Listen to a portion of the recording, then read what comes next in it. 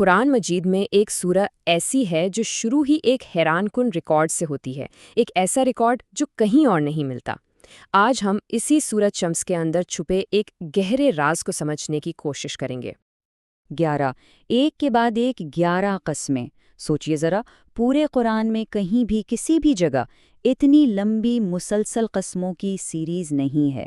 سوال یہ اٹھتا ہے کہ آخر ایسی کیا بات ہونے والی تھی جس کے لیے اللہ تعالیٰ اتنی زبردست تمہید باندھ رہے ہیں؟ اور بس یہی سوال ہمیں اس مرکزی راز تک لے کر جاتا ہے جس کے لیے یہ ساری تیاری کی جا رہی ہے۔ آخر وہ کون سی عظیم و شان بات تھی جس کے لیے پوری کی پوری کائنات کو گواہ بنایا جا رہا تھا؟ تو اس جواب تک پہنچنے سے پہلے آئیے دیکھتے ہیں کہ گواہ کون کون ہے، اللہ نے کن چیزوں کی قسم کھائی ہے، اور یہ گواہ بھی کوئی معمولی نہیں ہے بلکہ خود اپنی جگہ بہت شاندار ہیں۔ یہ قسمیں شروع ہوتی ہیں سورج سے، اس کی چمکتی ہوئی دھوپ سے، پھر چاند جب اس کے پیچھے آتا ہے، دن جو سب کچھ روشن کر دیتا ہے، رات جو ہر چیز کو چھپا لیتی ہے، پھر آسمان اور اس کی پرفیکٹ بناوٹ، زمین اور اس کی وسعت، اور پھر اللہ قسم کھاتے ہیں انسانی نفس کی، اس کی جسے اعتدال پر بنایا گیا۔ تو یہ سفر آسمانوں سے شروع ہو کر ہمارے اندر، ہماری اپنی روح کی گہرائیوں میں اتر جاتا ہے، اور ہر قسم کے ساتھ یہ تجسس اور بڑھتا جاتا ہے کہ آخر بات کیا ہے۔ تو اتنی زبردست تمہید، اتنی ساری قسموں کے بعد آخر وہ جواب کیا ہے؟ وہ کون سا اعلان ہے جس کے لیے یہ سارا اہتمام کیا گیا؟ اور جواب بہت بڑا ہے، لیکن ساتھ ہی حیران کن حد تک ذاتی ہے۔ قد افلح من زکاہا وقد خاب من دساہا، یعنی کامیاب ہو گیا وہ جس نے اپنے نفس کو پاک کر لیا، اور نامراد ہو گیا، فیل ہو گیا وہ جس نے اسے گناہوں میں دبا دیا، آلودہ کر دیا۔ یہی ہے تزکیہ، اپنے باطن کو، اپنی روح کو صاف کرنے کا عمل، ان بیماریوں سے پاک کرنا جیسے حسد، تکبر، لالچ۔ اور بس یہی وہ مرکزی نقطہ ہے، وہ سینٹرل آئیڈیا ہے جس کے گرد یہ پوری کی پوری سورہ گھومتی ہے۔ لیکن ایک منٹ، اس پاک کرنے کا مطلب کیا ہے؟ تزکیہ ہوتا کیسے ہے؟ اسے سمجھنے کے لیے ہمیں پہلے یہ دیکھنا ہوگا کہ اللہ نے اس نفس کو، اس روح کو ڈیزائن کیسے کیا ہے۔ قرآن بتاتا ہے کہ ہر روح کے اندر اللہ نے ایک قسم کا کہہ لیں بلٹ ان سافٹ ویئر یا سینسر ڈال دیا ہے، ایک ایسی صلاحیت جو اچھائی اور برائی دونوں کو پہچانتی ہے، جانتی ہے کہ صحیح کیا ہے اور غلط کیا۔ گویا ایک فطری، ایک اندرونی کمپس ہے جو ہمیشہ صحیح ڈائریکشن دکھاتا رہتا ہے۔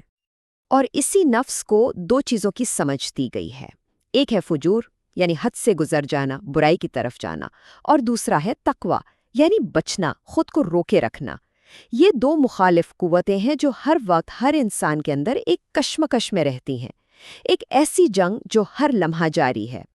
تو سوال یہ ہے کہ اس جنگ میں جیتتا کون ہے، فجور یا تقویٰ؟ اور یہاں قرآن ایک بہت ہی سادہ سا اصول بتاتا ہے، پرورش کا اصول۔ جس قوت کو ہم اپنے اعمال سے، اپنے فیصلوں سے زیادہ فیڈ کریں گے، زیادہ غذا دیں گے، وہی قوت طاقتور ہوتی جائے گی اور آخرکار غالب آ جائے گی۔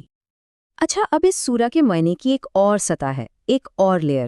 صوفیہ کرام نے انہی قسموں کو جب عشق کی نظر سے دیکھا تو انہیں اس میں ایک بہت ہی خوبصورت روحانی منظر نظر آیا۔ اس روحانی تشریح کے مطابق یہاں شمس یعنی سورج سے مراد خود نبی کریم صلی اللہ علیہ وسلم کی ذات اقدس ہے، جو روحانیت کی روشنی کا سرچشمہ ہے، اور قمر یعنی چاند وہ ان کے پیروکار ہیں، صحابہ، اہل بیت اور امت کے لوگ جو اس نبوت کے سورج سے روشنی لے کر اسے دنیا میں ریفلیکٹ کرتے ہیں۔ اور ذرا اس آیت پر غور کیجئے، وَالْقَمَرِ إِذَا تَلَاهَا، اور قسم ہے چاند کی جب وہ سورج کے پیچھے آئے۔ کیا مطلب؟ مطلب یہ کہ چاند کی اپنی تو کوئی روشنی ہے ہی نہیں، اس کی ساری چمک، اس کی ساری خوبصورتی اس بات پر منحصر ہے کہ وہ سورج سے کتنا قریب ہے اور اس کے تابع ہے۔ بالکل اسی طرح ایک مومن کی روحانی چمک کا انحصار بھی بس اسی بات پر ہے کہ وہ نبوی تعلیمات کے کتنا قریب اور کتنا فرما بردار ہے۔ سبحان اللہ! تو ٹھیک ہے، ہم نے تزکیہ کی اہمیت تو سمجھ لی، لیکن اگر کوئی اپنے نفس کو پاک نہ کرے تو؟